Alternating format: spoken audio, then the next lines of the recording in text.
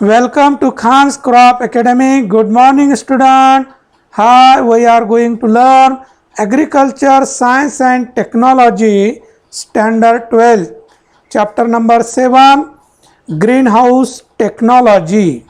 In previous lecture, explained the cultivation of capsicum in greenhouse. Cultivation of capsicum in greenhouse. That is a bed preparation, sterilization of soil, application of fertilizer. This point completed in lecture number 12. Then in this lecture, explain the transplanting. Then capsicum means chili seeds are very smaller in size and hence do not sown in direct field. Then firstly seedlings are raised in nursery bed and then after transplanting into the main field. तर विद्यार्थी मित्रांनो, या अगोदरच्या लेक्चरमध्ये आपण cultivation of capsicum in green house हे भाग सुरू केलेलं होतं. आपण त्यामधले काही पॉईंट आपण कव्हर केलेले आहेत, म्हणजे एक्सप्लेन केलेले आहेत. आणि आज आपण या लेक्चर नंबर 13 मध्ये बघत आहोत ट्रान्सप्लांटिंग ऑफ कॅप्सिकम सीडलिंग. तर कॅप्सिकम म्हणजे चिली है ना, मिरची, परंतु हे सिमला मिरची आहे. फरक याचा आहे, बी आपली जी मिरची आहे त्याचं बियाणं आणि त्या सिमला मिरचीचं बियाणं हे बारीक राहणार आहे, लहान राहणार आहे, स्मॉलर साईजचं आहे. म्हणून ते बी डायरेक्ट शेतामध्ये पेरता येत नाही. जसं सोयाबीन पेरतो आपण है ना, ज्वारी पेरतो आपण, तसं आपल्याला मिरचीचं बियाणं डायरेक्ट शेतामध्ये पेरता येत नाही. त्यासाठी अगोदर रोपटे तयार करावं लागतात नर्सरीमध्ये. आपल्या टेक्स्टबुकमध्ये नर्सरी दिलेली नाही म्हणून आपण इथं घेणार पण नाही, परंतु हे ट्रान्सप्लांटिंग का करावं हे तर माहीत असायला पाहिजे ना. यासाठी मी सांगू इच्छितो की रेज्ड बेड करावं लागतं, त्यावर रोपटे तयार करावं लागतात आणि रोपटे हे 30-35 दिवसाचे झाल्यानंतर त्या नर्सरीमधून अपरूटिंग करून नंतर मुख्य जागेमध्ये लागवड करायला पाहिजे. तर आपल्याला डायरेक्ट ट्रान्सप्लांटिंगच आहे. Seedlings of 30 to 35 days old are used for transplanting. Capsicum seedlings ready for transplanting 30 to 35 days after sowing. तर पेरणी म्हणजेच रोपवाटिकेमध्ये बियाणं पेरल्यानंतर 30 ते 35 दिवसांनी हे रोपटे लागवडीसाठी सक्षम होतात. Seedlings are transplanted into holes made in polythene mulch film at a depth of 5 centimeter.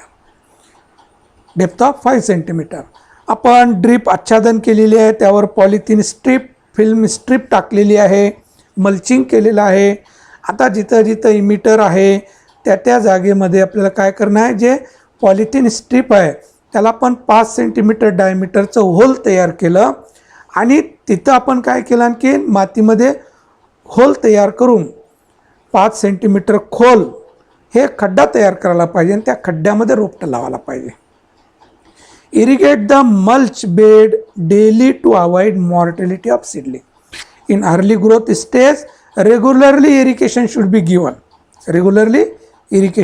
Given for avoid the mortality of seedling. तर जोपर्यंत तो रोपटं जमिनीला चिटकत नाही तोपर्यंत आपल्याला डेली त्याला ओलं ठेवणं गरजेचं आहे की जेणेकरून त्याची वाढ चांगली होणार आहे. After transplanting seedlings are drenched with 3 grams per liter Captan solution at the base of seedling at the rate of 25 to 30 ml per plant.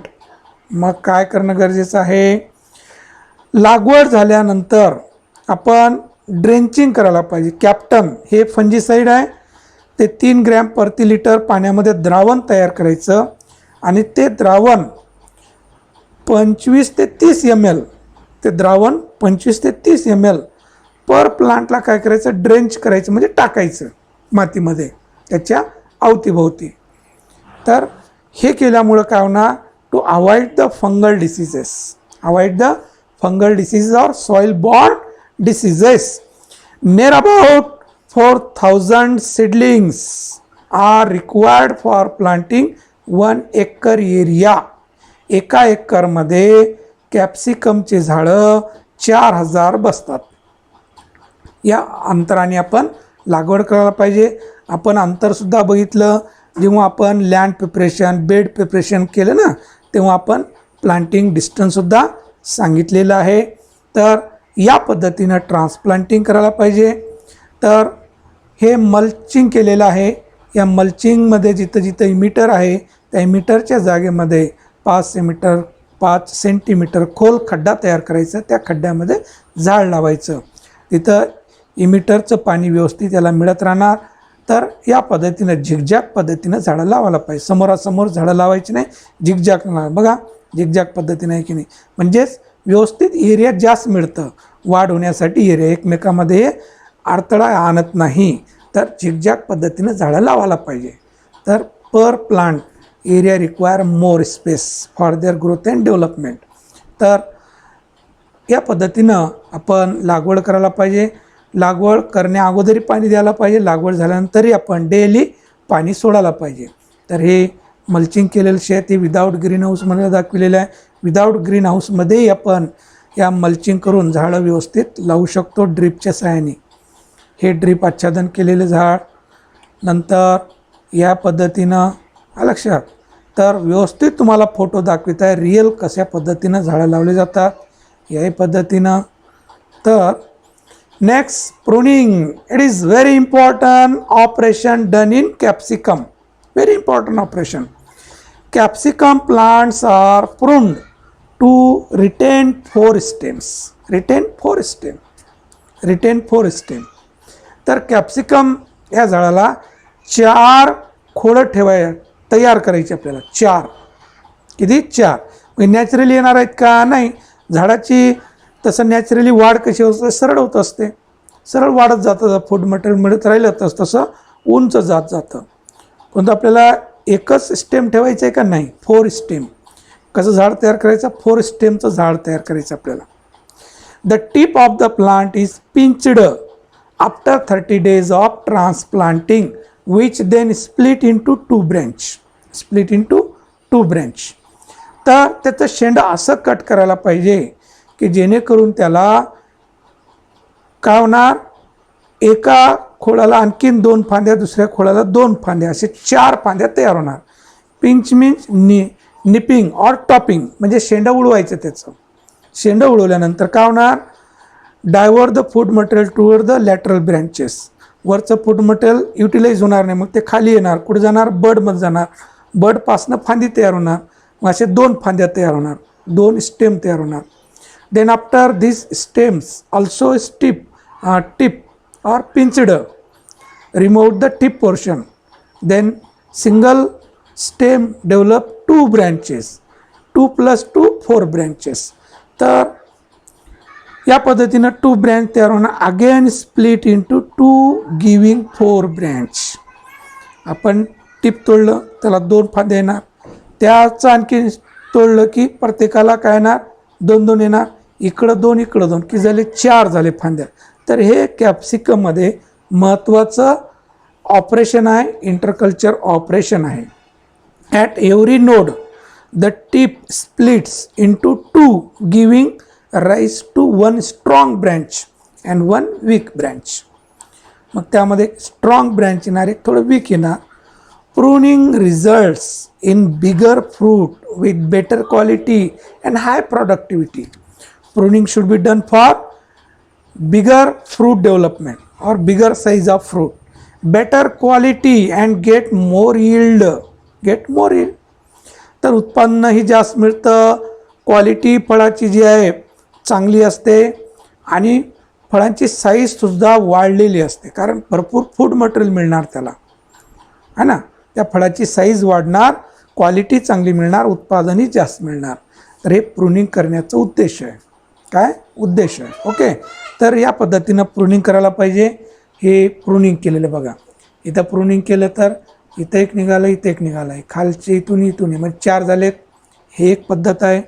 दुसरी पद्धत, हे पद्धतीनं आपण हे पिंच केलं, याचं मुख्य शूट इकडे एक स्टेम निघालं, इकडे एक स्टेम निघाला.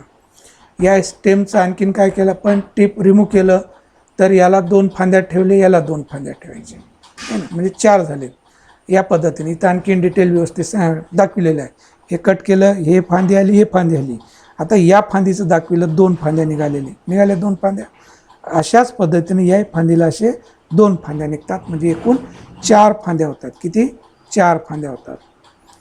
नेक्स्ट, तर या पद्धतीनं हे मिरचीचं आपण काय करतो? प्रूनिंग करतो. आणखीन रिअल प्रूनिंग करून दाखवलेलं आहे बघा. हे शेंडा कट केलं, काय केलं? प्रूनिंग केलं, म्हणजे शेंडा उडवलं. प्रूनिंग म्हणजे काय होतं? छाटणी करणे. हे काय केलं? शेंडा उडवलं म्हणजे छाटणी केली. हे छाटणी केल्यामुळं आता फूड मटेरियल काय होणार? Divert toward into the lateral branches, toward the lateral branches. हे लॅटरल ब्रँचेस जे आहेत तिकडं फूड मटेरियल जाणार, तिथं ग्रो होणार आणि तिथं ग्रो होऊन या पद्धतीनं हे 2 स्टेम तयार झाले 2 स्टेम. आता या 2 स्टेमला आणखीन काय केलं? आपण प्रूनिंग केलं. इथं प्रूनिंग केले, काय होणार? इथं हे फूट स्प्राउटिंग होऊ लागलं बघा. इथं एक निघतं, इथं एक निघतं, इथंही निघत आहे, इथं एक निघणार. झाले इकडं 2, इकडं 2, 4 फांद्या. तर ही टेक्निक आहे प्रूनिंग करण्याची. ओके, म्हणजे समजलं? ट्रेनिंग म्हणजे वळण देणे. Training also very important operation done in capsicum. The main stem of plant is tied with the 4 plastic twin to train along and tied to GI wire guide. तर हे जे wire लावलेलं असेल ग्रीन हाऊसमध्ये त्याला काय करायचं?